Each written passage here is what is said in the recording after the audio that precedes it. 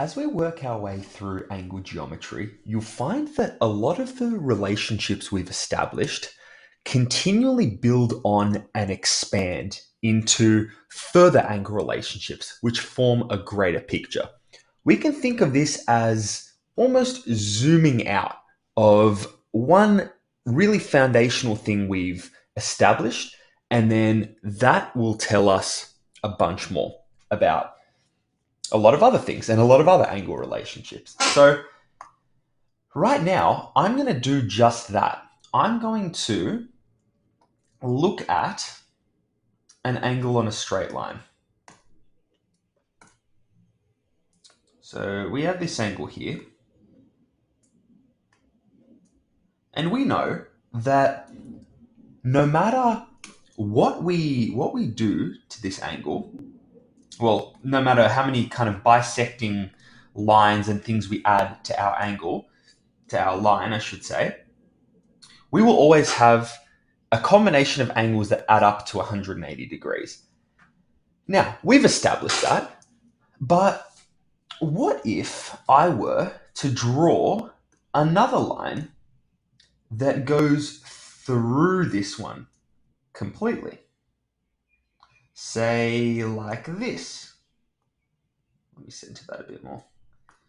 Here.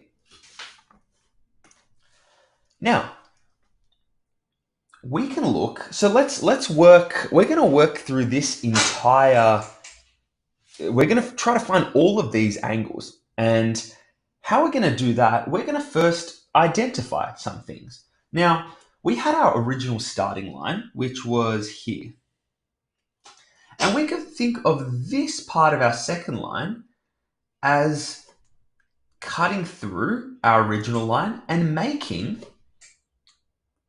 two supplementary angles.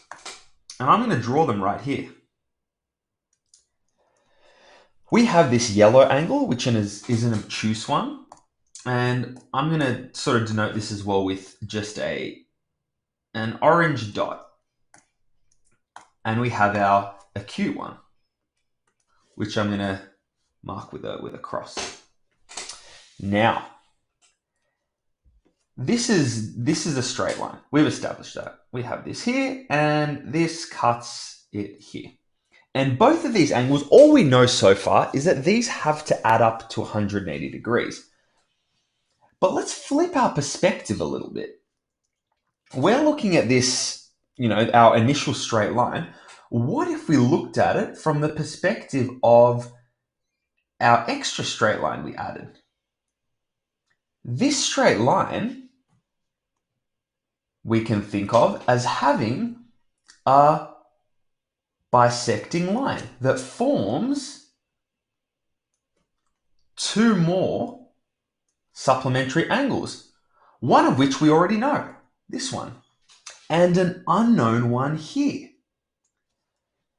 Now, some of you may be picking up on what I'm putting down so far, and you can kind of see where this is going. But for those who haven't, well, let's think. We know that orange and purple add up to 180 degrees. We've established that.